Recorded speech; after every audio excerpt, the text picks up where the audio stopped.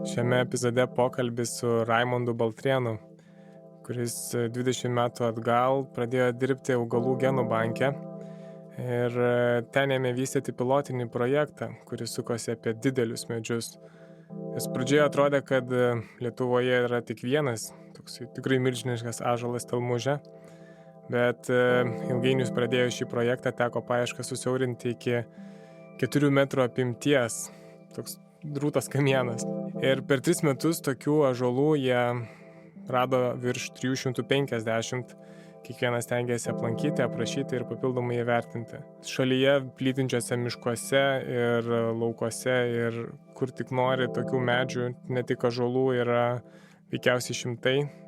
Klausimas, koks yra jų apsaugos statusas, bet faktas, kad tai yra mūsų turtas, kurį verta saugoti. Apie tai ir pakalbėjome, kviečiame pasiklausyti.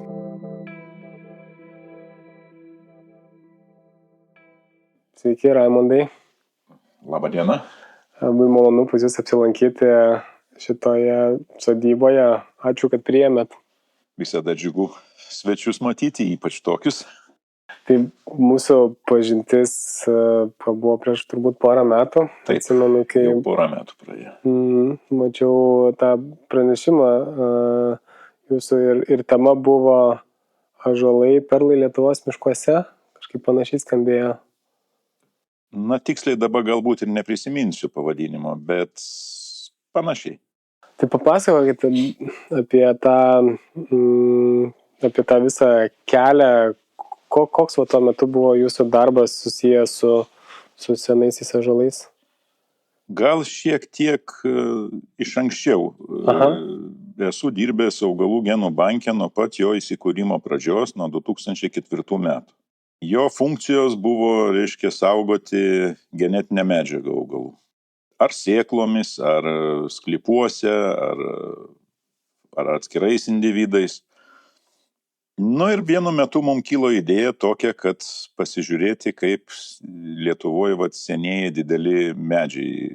Ar jų yra, ar tai yra tik Stelmužės ąžuolas ir viskas, kurį jau plačiai visa Lietuva žino, ar yra ir daugiau.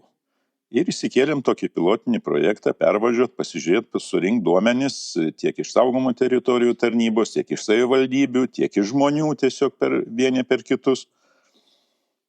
Kas žino, kokių didelių medžių ąžuolų ir pabandyti juos, vizualiai taip įvertinti. Ne tik vizualiai, bet pamatuoti storį, aukštis, pažiūrėti lajos maždaug būklę. Pradžia buvo šiek tiek apgaulinga, nes, kaip sakau, atrodė, lyg tai yra tik tai Stelmužės ąžuolas. Tai jau randi šiek tiek didesnį ąžuolą, viskas puolė jį matuoti ir džiaugtis juo. Paaiškėjo, kad tai klaida didelė, nes paskui užsibrėžėm tokią kriterijų, kad maždaug vertinam tik tai ne plonesnius kaip 4 metrų apimties, ne skersmenio, bet apimties storio ąžuolą, 1,30 m aukštyje. Tai per 3 metus mačiau tokių virš 350 vienetų Lietuvoje. Ir tikrai ne visus tiek, kiek yra. Tikrai ne visus. Tai tas paliko labai didelį įspūdį ir kad ir kaip liūdna, bet Stelmužės ąžuolo vaizdas, palyginus su tais galiūnais, kurie tikrai yra, labai nublanko. Mhm. Nes jie buvo tiesiog įspūdingi savo natūroje? Tiesiog labai įspūdingi. Atrodo, kad matai ne Lietuvos augalą, o per televiziją rodo Amerikoje sekvojas. Žinoma, ne tokio lygio, bet tas augalas, jisai visiškai išsiskiria iš jį aplinkui supančių kitų. Tai labai labai daug įspūdingų mačiau. Ir kiek jam galėtų būti metų, taip nuo grubiai? Spėjant ir pagal storį yra ir skaičiavimai, ir yra metodikos, ir užsieninės. Jos nėra tikslius. Tiksliai tai reikia daryti, gręžti, imti rievę skaičiuoti. Bet taip iš istorijų, aš manau, kad 300-500 metų. Tas, kas Stelmužei ąžuolui vertina, kad jam gal 1,5, gal 2,000 metų, drįsčiau abejoti. Gali būti, žinoma, kodėl ne, bet... O šiaip aš manau, kad jau 500 metų tai tikrai yra labai didelis tarpas, nes bandai ieškoti padavimuose, istorijose, tai rašo, kad pavyzdžiui, štai ten ar Vytautas, ar prie to ąžuoliuko, ar jį pasodino, ar prie jo vyko kažkoks renginys. Na ir žiūri, tai buvo prieš 500-600 metų. Vat ir atsakymas, tai turbūt nėra daug tūkstančių, bet... Solidus skaičius. Bet solidus skaičius tikrai. Ir tie ąžuolai išsibarstė po visą šalį ir priėjimas prie jų visų skirtingas. Labai skirtingas. Įsibarstė tikrai po visą Lietuvą ir taip, kad sakyt, kad kažkuriam rajone jų yra labai smarkiai daugiau, aš bandžiau daryti ir grafikėlį braižytis ir žiūrėti pasiskirstimą. Grubiai šnekant, tai yra paklaidos ribose. Visoje Lietuvoje jų yra, gal mažiau yra Pamary. Tai vienus ąžuolus galima vos ne privažiuoti ir pamatyti per automobilio langą, o į kitų reikia brautis. Labai, o čia labai yra skirtingi dalykai, nes tie, kurie auga parkuose, o tai būdavo sodinami ir arba miestų skveruose, ar kažkur tai urbanizuotoje vietoje, tai prie jų yra sutvarkyti privažiavimai, yra rodyklės, yra padarytos ir poilsio aikštelės ir aprašyta labai gražiai. Bet didelė dalis tų senųjų auga miškuose, kur nėra nei kelio, nei takelio.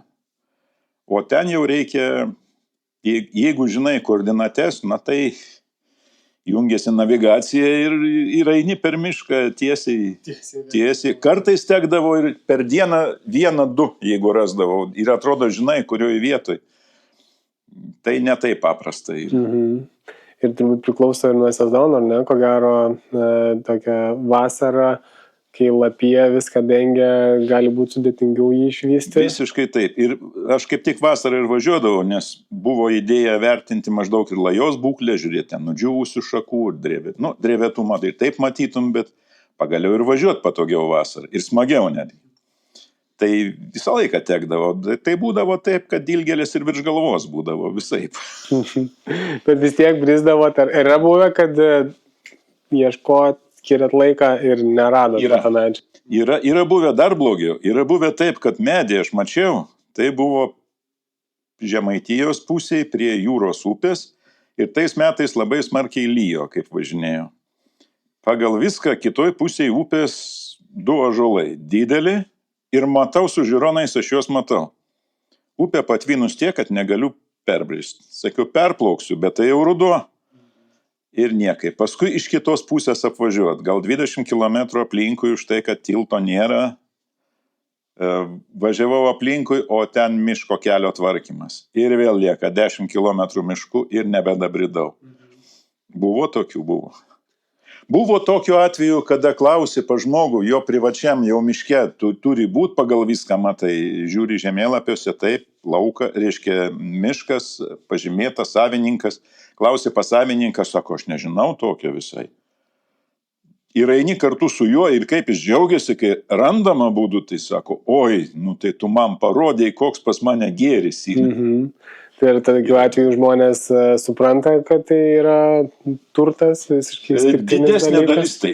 Didesnė dalis taip, bet labai gaila yra tekę susidurti su tokiu atveju, kada tu matai tą objektą, kad jis tikrai vertas jau saugojimo.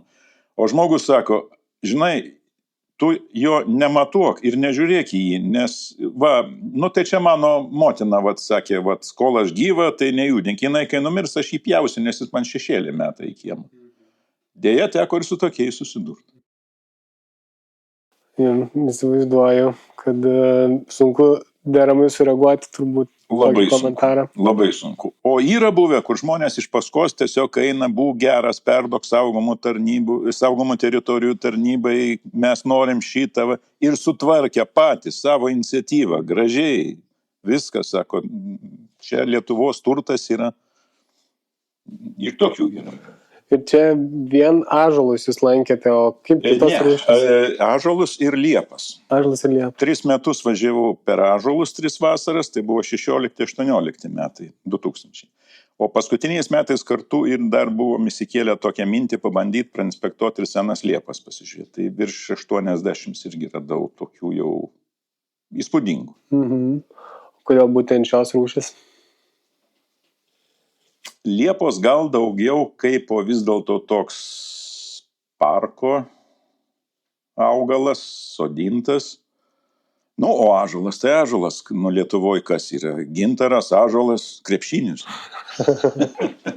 Šitas geras. Be abejo, įdomu būtų ir kitokį pasižiūrėti, bet tiesiog fiziškai neįmanoma viską aprėpti. Tai O pakeliui yra, tiesiog važiuojant po visą Lietuvą, malantis, kad atkreiptume dėmesį į kažkokius medžius, kurie nebūtinai yra įtraukti, bet jie jau tampa tokia kaip profesinė liga, galbūt, kad tiesiog jau matot kaip lokatoriai. tikrai taip. Aha. Tikrai taip, tikrai yra. Yra klevų, yra ir guobų, yra medžių, yra. O akis tikrai krypsta, kai važiuoja tikrai krypsta. Ir kai pasivažinėja ilgiau, tai tiesiog jau žiūri nebe į kelią, nebe į kraštovaizdį, o kur virš medžių kyšo viršūnė laja kažkokio tai kito medžio. Yra. Ir eglių, ir pušų yra, tikrai yra. O kaip yra su tokių medžių apsauga? Kas pasikeičia, jeigu tas medis įgauna gamtos paminklo statusą? Oi, labai net nežinau, ką pasakyti, nes kartais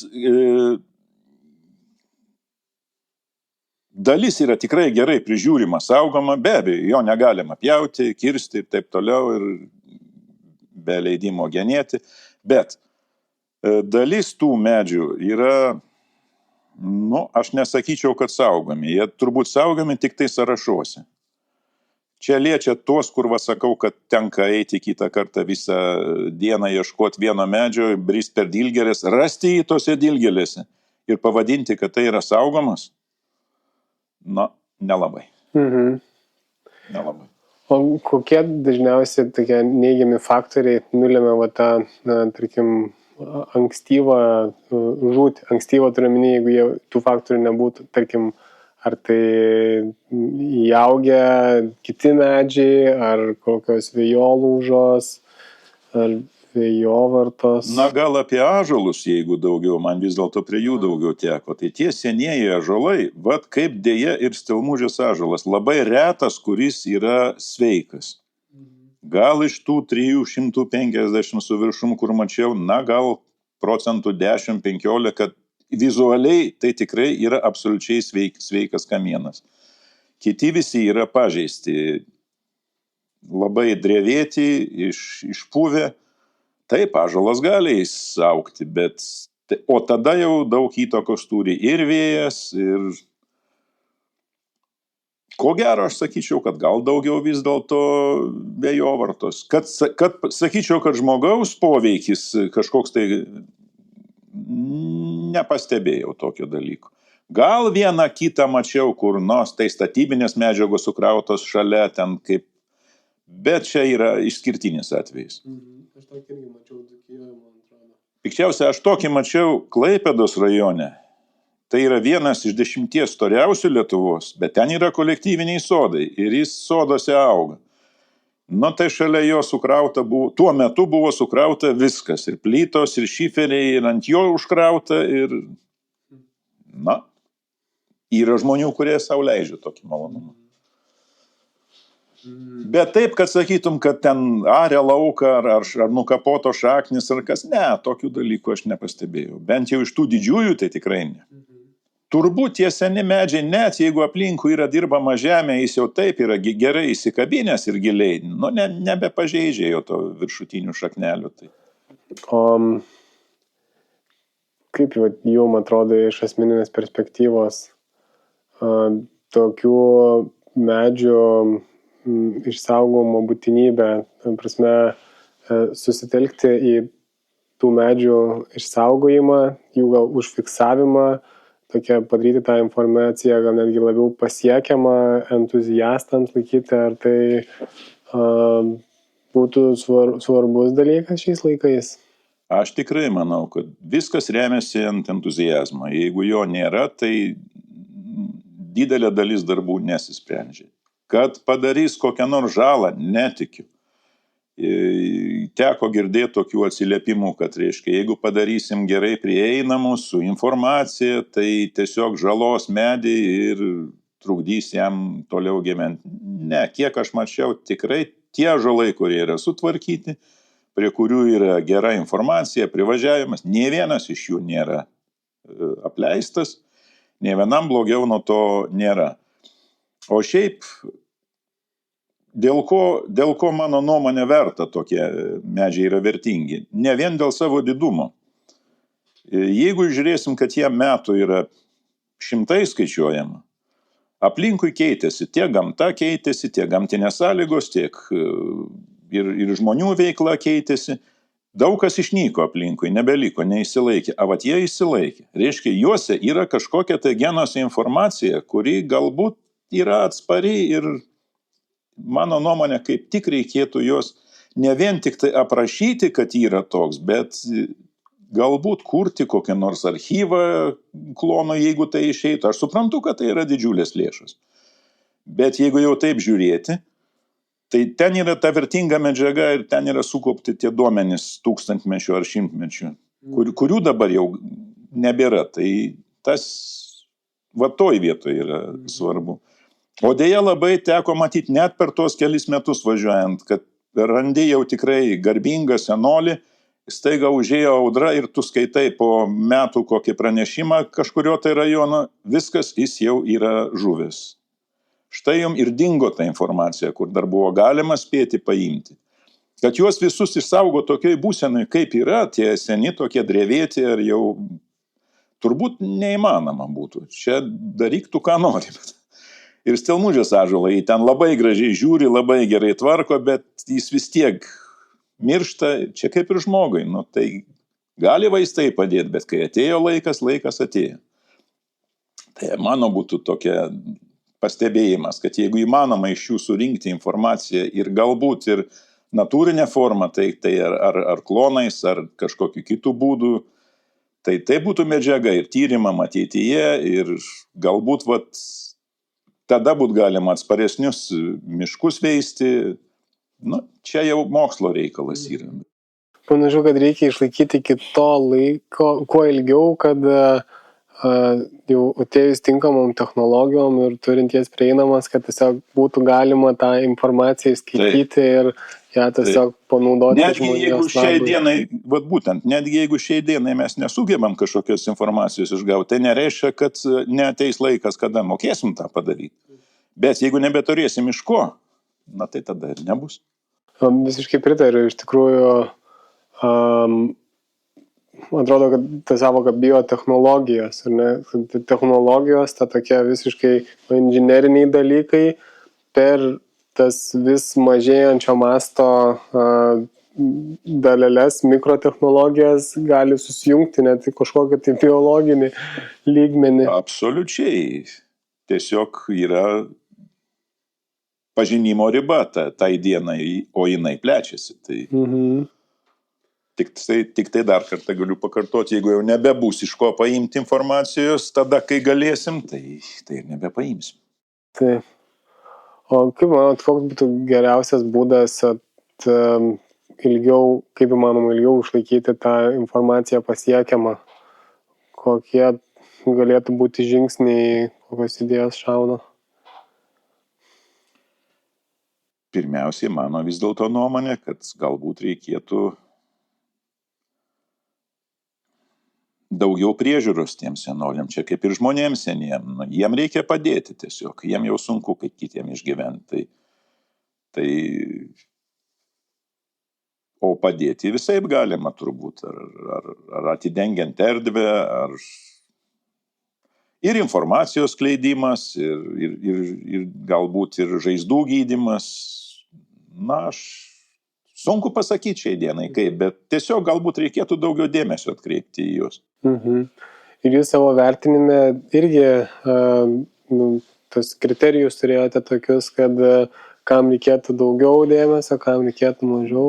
Buvo tie dalykai. Taip, jie galbūt buvo santykiniai, galima diskutuoti juose, kažkam atrodys, kad buvo per mažai skirta dėmesio į vieną požymį ar į kitą požymį, kitam galbūt per daug. Čia diskusijų objektas, bet tiesiog buvo bandoma įvertinti bent jau vizualiai ta būklė tokia. Toliau turėtų būti mokslininkų darbas, jie jau galėtų konkrečiau, tiksliau pasižiūrėti. Bet buvo labai įdomu pasižiūrėti, pervažiuoti, sakau, pažiūrėti ir į tuos, kurie suregistruoti, o kartu ir važiuojant pavyko rasti tikrai daug tokių, kurie dar neįtraukti buvo tuo metu į jokius sąrašus saugomų medžių. Tai ir toli gražu tikrai mačiau ne visus Lietuvoje esančius, čia jau tikrai. Galbūt mano buvo dar tokia kažkada tai idėja, kad būtų labai gražu gal padaryti kokią nors aplikaciją internete, kad visi norintys galėtų radę kažką tai tiesiog patys įtraukti tą reikalą. Nes tai yra, tai yra gražu, tai yra perlai tie. Iš tikrųjų, visiškai pritariu šitą jūsų idėjai, nes mano rate yra irgi ne vienas žmogus, kuris savo norą imasi tos iniciatyvos, pamatęs kažkokį senolį medį, jį bandyti įtraukti. Bet atrodo, kad tas procesas yra tiesiog labai biurokratinis ir gal neoptimizuotas toksai, kad reikia kažkam siūsti laišką, kažkas jį reaguoja arba nereaguoja. Ir tada neišeina tiesiog sekti pačio statuso, tie duomenys yra neatviri, žmogus nebūtinai sužino netgi, ar jau yra tas medis aplankytas specialisto, ar tas medžiui suteiktas statusas ar ne. Bent jau tai būdavo anksčiau. Sutinku visai su šituo, bet vis tiek gal būtų postūmis, jeigu būtų kažkokia aplikacija, kurie yra žymimi ir bet kuris žmogus tame tarpe ir specialistai atsivertę galėtų matyti tuos taškus sužymėtus su, dabar koordinatės nustatyti, juk nesunku. Gali vizualiai įvertinti, gali bent jau storį pamatuoti ruletę paėmęs, ir tai jau yra daug. Ir štai jums žemėlapyje sužymėti, tie taškai yra priėjimai, keliai.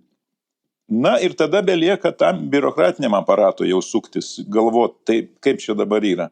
Jeigu kažkokie individualistai rado o tai žiūrėk ir nuotrauką įdėta ir tikrai atrodo, kad taip, tai tada jau jų reikalas, bet paskleisti tą informaciją tikrai mano nuomonė būtų naudinga. Ir įdomu būtų, yra tikrai labai daug entuziastų, kurie su malonumu dabar ieško kažkokio, tai būna ten žaidimai visokie, reikia surasti kokią nors balionėlį ar ką po miestą bėgioja ar po mišką. Labai šaunu, reiškia yra ir patyrimas toje vietoje. O čia būtų toks gražus daiktas ąžuolą, pavyzdžiui, ar liepą, ar uosį kokį. Tai, žmogui tai būtų tikrai, man atrodo, tokia maloni paskata, kad... Kažkaip mačiau mintį, kad ekoturizmo tokia kaip šaka yra būtent senolių medžių lankymas ir ne tik Lietuvos mastu, bet apskritai, kad žmonės tuo tikslu keliauja, būtent rasti kažkokį įdomesnį. Ir man teko šitą skaityti ir labai šaunus dalykas, labai šauni idėja. Ir sakau, ne vien lankymas jau sužymėtų, bet jeigu tu pastebi ir randi kažką tai naujo, kodėl neįtraukti į tą visą sistemą? Tai čia...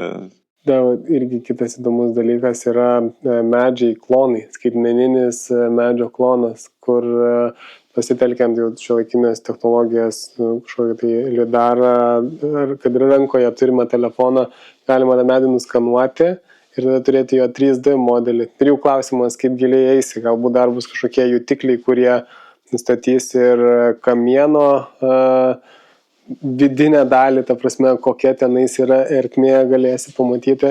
Ir tada tas medis turi kelių pjūvių vertinimo realiai, kur pastebėjau, kokia yra jo būklė. Ir faktas, kad laikui bėgant tos technologijos tampa tokios vis labiau prieinamos ir tada teoriškai būtų įmanoma netgi stebėti to medžio būklę, jos kismą, sulyginant tos duomenis.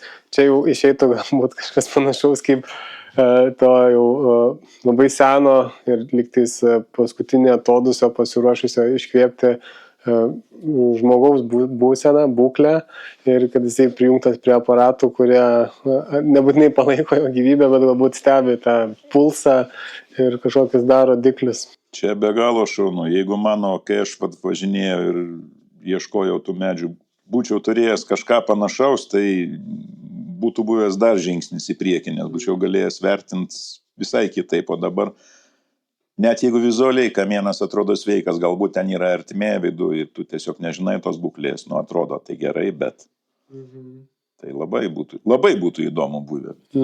O kuriais metais jūs pradėjot? Aš pradėjau 2016. Aha, ir kiek laiko? 3 metus prie ąžuolų ir metus prie liepų. Na, paskutiniai metai buvo kartu jau tokia kombinuota, važiuoji vieną, bet jeigu pakeliui matai kažką kitą, tai... Pradžiai tai mūsų buvo visai toks keletą pasitikrint, bet paskui bedirbant tiesiog entuziazmas kilo. Ir norėjosi daugiau. Norėjosi daugiau. Pati idėja kilo galbūt būnant tuo laiku Kėdainių urėdijai pas tuometinį urėdą Giriną.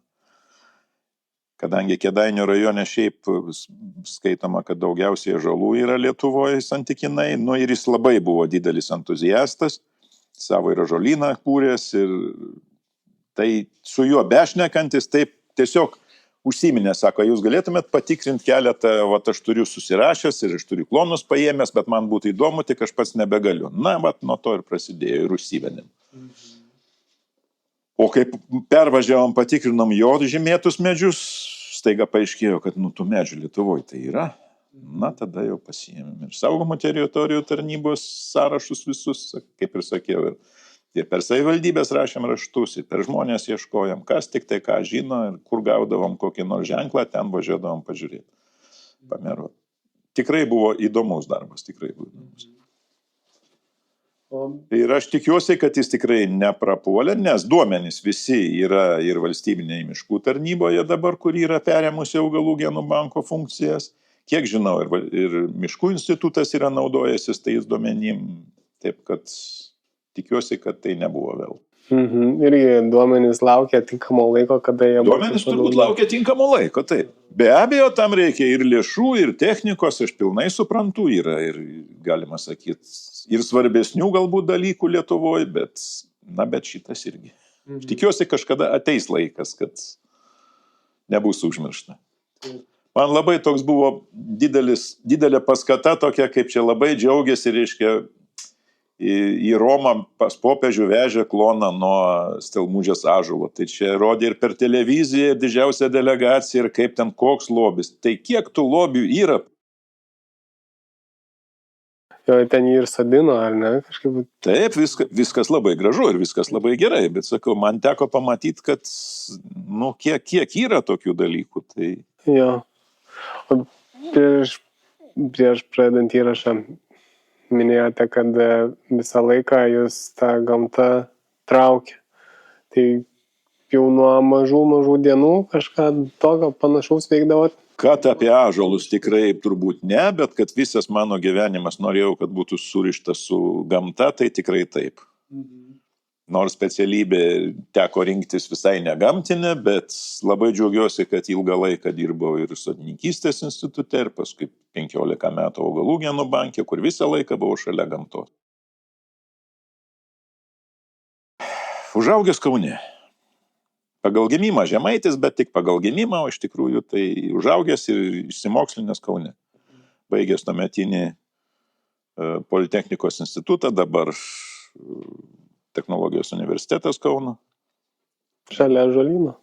Taip. Šalia ąžuolyno, tiesa, pats didžiausias ąžuolynas miesto ribose Europoje. Taip, Įspūdingas objektas. Dar vienas objektas. Kartais nežinai, ką turėjo. Kartais nežinai, ką turėjo. Pasirodo, jis yra pats didžiausias miesto ąžuolynas, miesto parkas.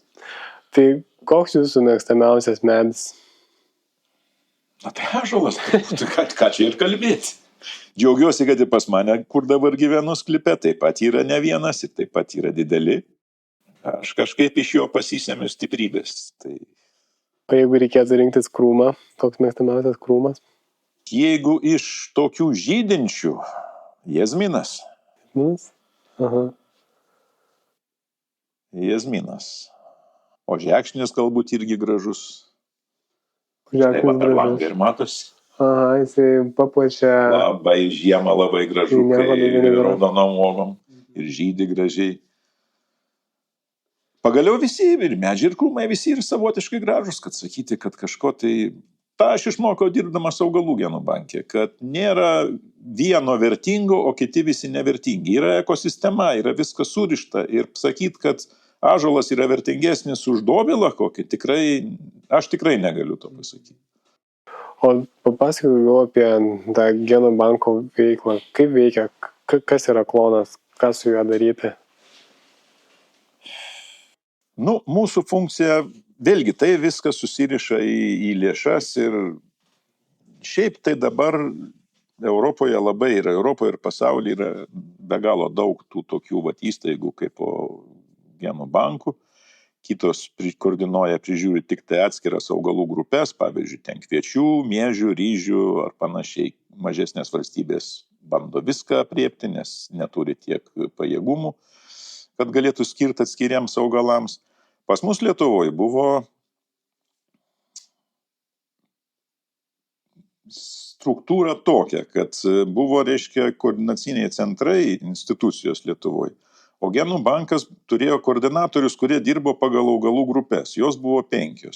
Tai buvo kultūriniai lauko augalai, tai grūdiniai, žoliniai, bet kultūriniai augalai.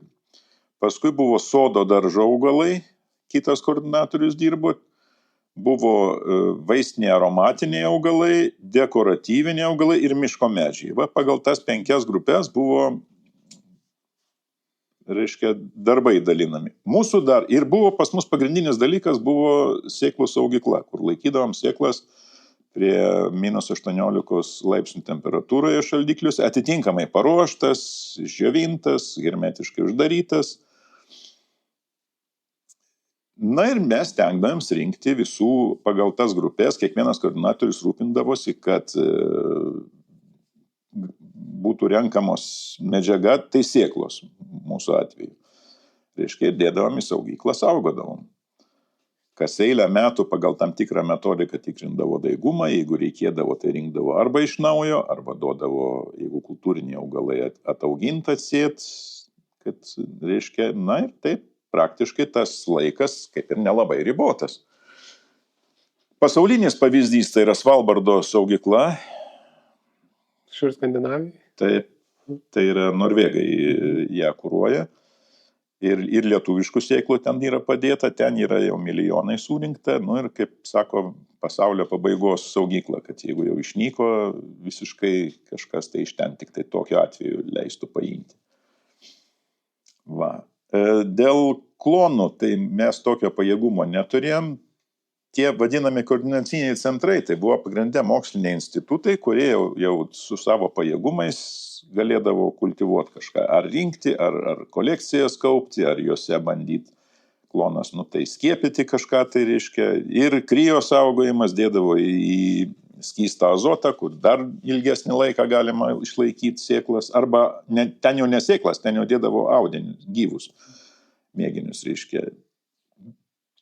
Tai o nuo 2020 metų tas funkcijos buvo perduotos valstybiniai miškų tarnybai, miško genetinių išteklių skyriui. Ten ir dabar yra atliekama tie darbai, kiek aš žinau, pats aš jau ten jau senai nebedirbu. O šiaip buvo tikrai labai įdomus darbas ir aš manau reikalingas, nes lygiai, ką aš kalbėjau apie ąžuolus, kad galima prarasti ir paskui nebeturėti. Tai lygiai taip pat, o gamtoj vienos rūšys išnyksta, atsiranda kitos, bet dėja išnyksta daugiau negu atsiranda. Tai jeigu norim kažkaip tai reguliuoti tą procesą, reikia bandyti išlaikyti kažkokiu būdu tą medžiagą. Šiaip, kaip paminėjote, kad išnyksta ir atsiranda rūšis, aš pirmiausia pagalvoju apie tai, kad atsiranda ir daug rūšių, kurių mūsuose nebūdavo. Tai nebūtinai invazinės, bet didelio atveju labai daug pasitaiko tų invazinių rūšių. Pavyzdžiui, važiuoju miškeliu ir matau, kad auga uosialapis klevas, baltažiedė robinija ir šalia žydi kanadinė rykštenė. Ir visi šie 3 augalai tarpusavyje sėkmingai savo bujoja, bet tada nei kokiam lazdynui, nebelieka Jau vietos. nebelieka vietos. Yra tiesiog tokie dominuojantis ir irgi stipriai keičia kraštovaizdį.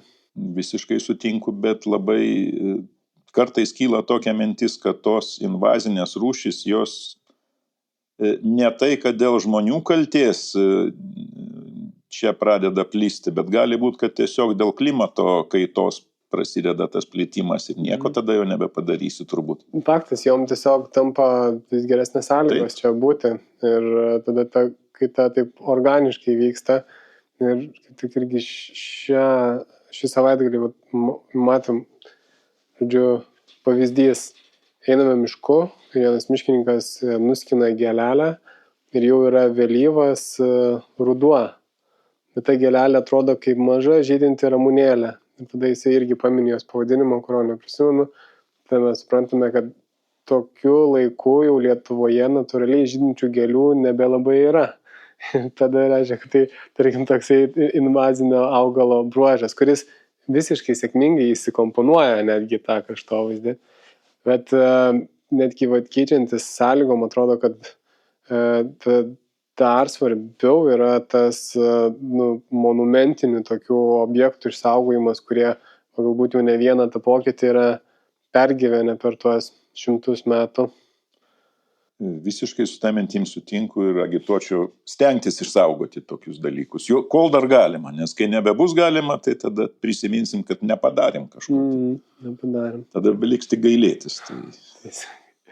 O jeigu prisimintume dar kokią keiščiausią istoriją apie savo tą darbą, kur kas tokio netikėčiausio yra nutikę, kas šauna į galvą?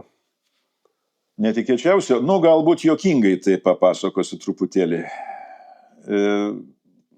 Objektą radau, ąžuolas, tvarkoj, didelis, bet jis prie sodybos krašte, bet jau aptvertas, reiškia, namų valda.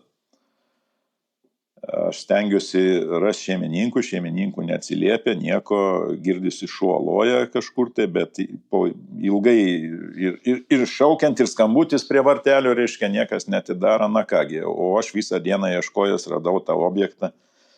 Galvoju, aš tai per tvorą, ašgi tik pamatuosiu, aš nieko nedarysiu. Aš per tvorą pamatavau viską. Pasirodo, matyti šeimininkai namie tai buvo. Ir šunelis buvo netoks jau mažas. Matau, kad tas šunelis jau atbėga ir nelabai draugiškai nusiteikęs.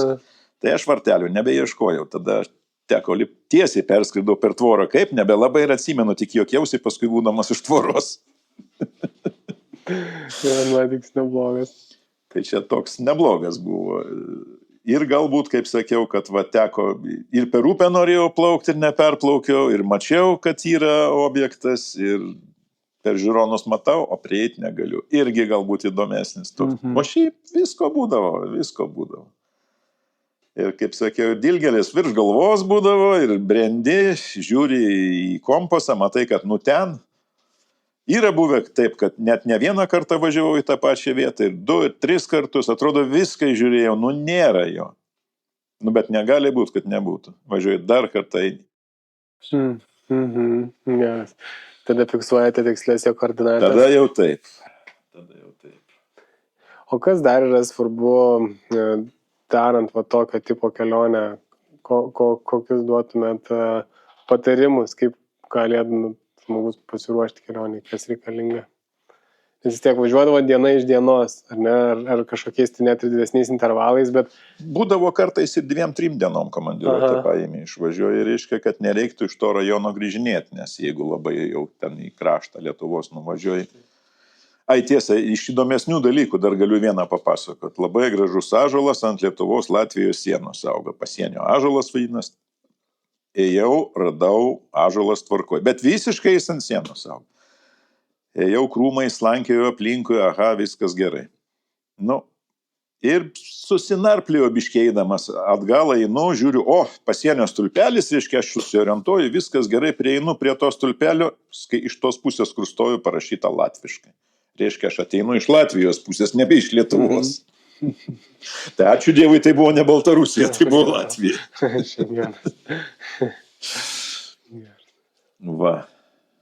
O tai, bet tas buvo dar klausimas, kai jums reikėdavo netgi kelias dienas iš eilės praleisti laukėtose, lauko sąlygose, keliauti per brūzgynus,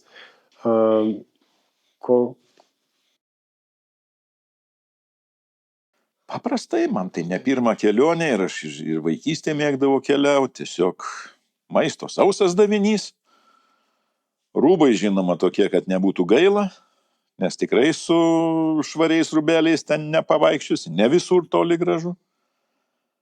Na ir entuziazmas, kantrybė ir entuziazmas, noras rasti, nes o šitas, sakau, po pirmųjų, kai radom pirmuosius ir kai pamatėm, kokie jie yra, tai tada atsirado tas entuziazmas, atsirado azartas, sakyčiau, sportinis įkarštis aukščiau, toliau greičiau, dar vieną, dar rasiu, vis tiek rasiu.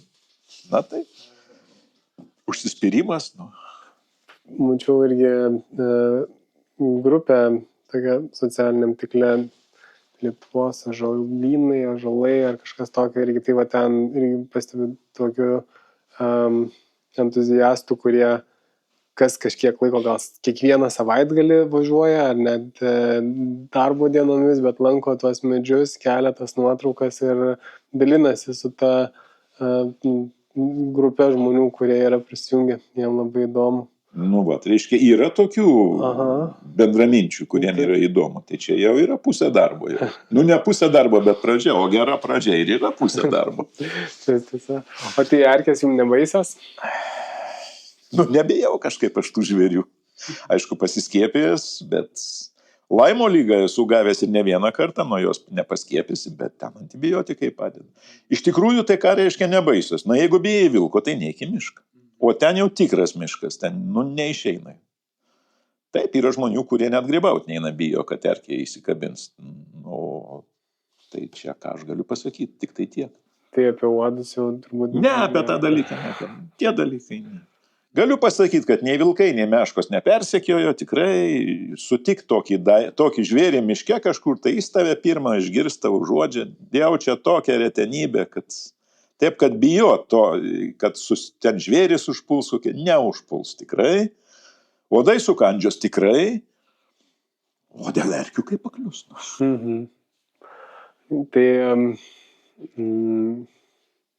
jeigu reikėtų dabar aplankyti dar vieną ąžuolą, tai kokį rinktumėtės aplankyti? Favoritas šiai dienai, toks gal lengviau pasiekiamas, kažkoks įdomesnis, vietas ar nebūtinai? Labai labai gražus ąžuolas auga netoli Vilniaus, Glitiškėse. Labai įspūdingas ąžuolas. Apimtis 7 metrai. Dvaro parkas yra, privažiuot labai paprasta, labai lengva. Paskui be galo gražus yra Prienų rajone. Tai yra pats didžiausias Lietuvos ąžuolas pagal didumas pagal medienos kiekį, reiškia, skaičiuojamas. Na, tai ten taip pat. Gojaus ąžuolas, jo.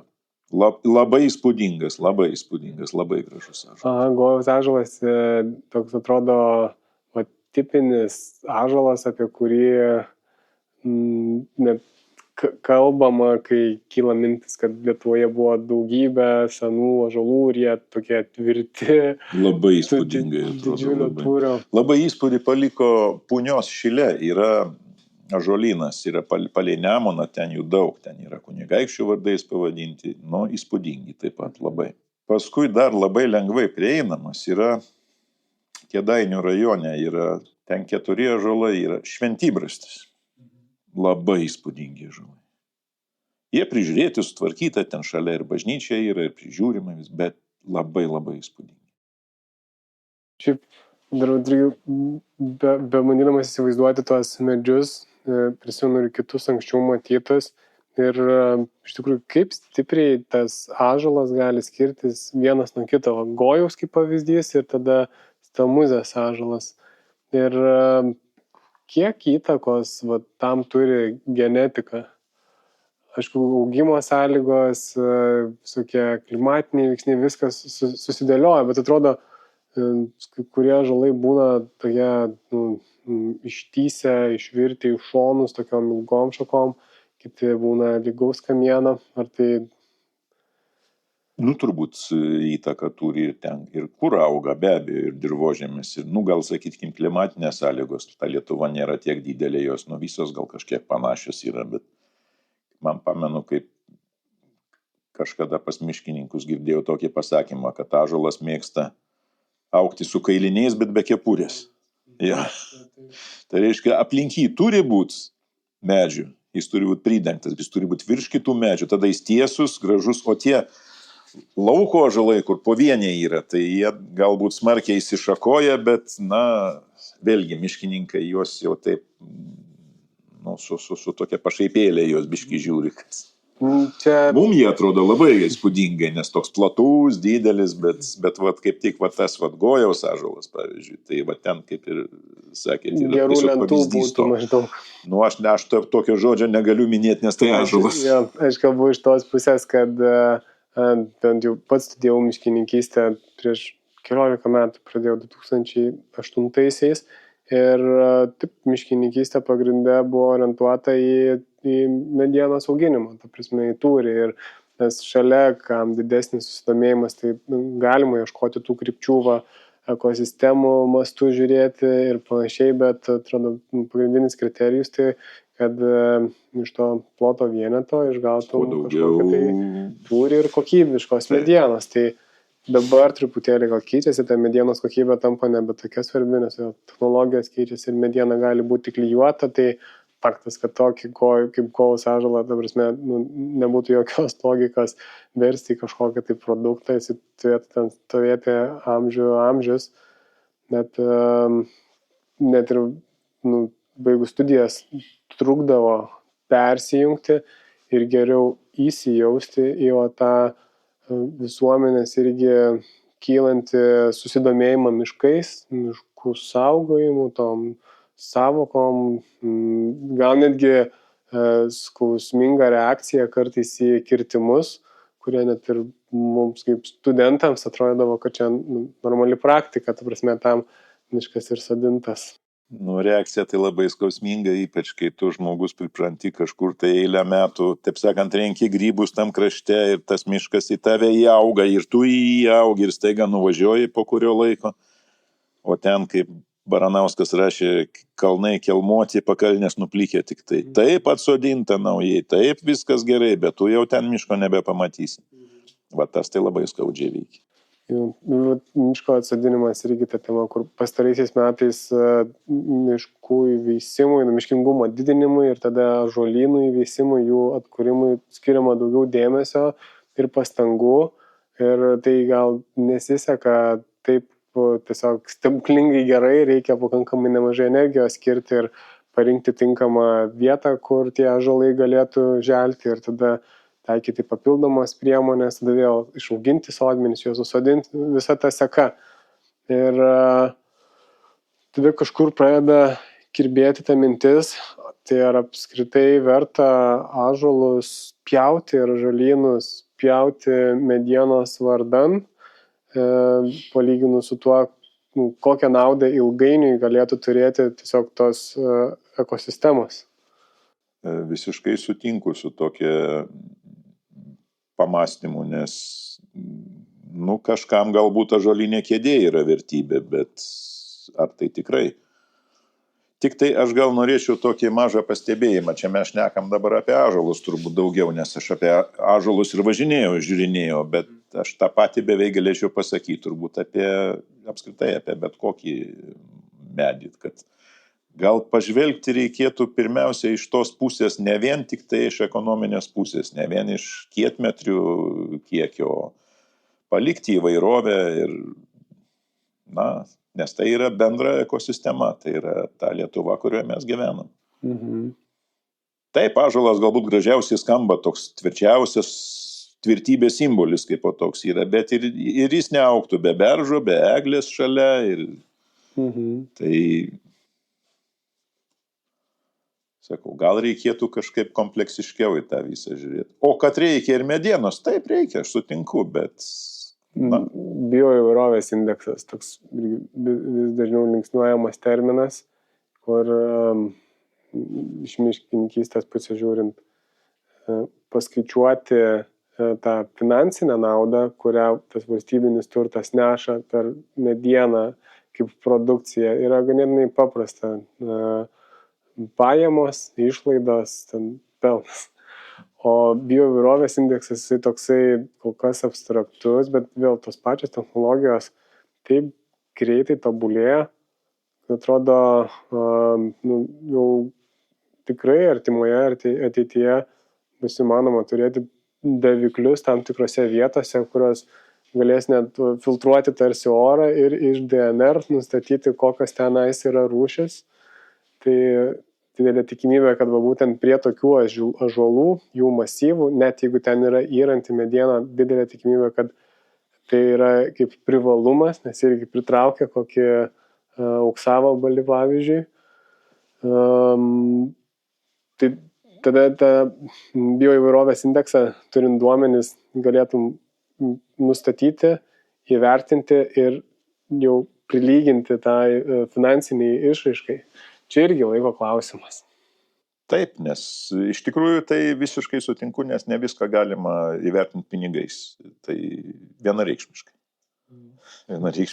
Tai va, o šiaip aš jaučiuosi labai laimingas, kad galėjau prisidėti prie to, prisiliesti prie tų medžių tokių didelių, kad jos ieškoti ir rasti ir pabandyti paskleisti kiek įmanoma tos informacijos. Ir jūsų dėka, ir kuo daugiau žinos ir kuo daugiau domėsis, to bus geriau.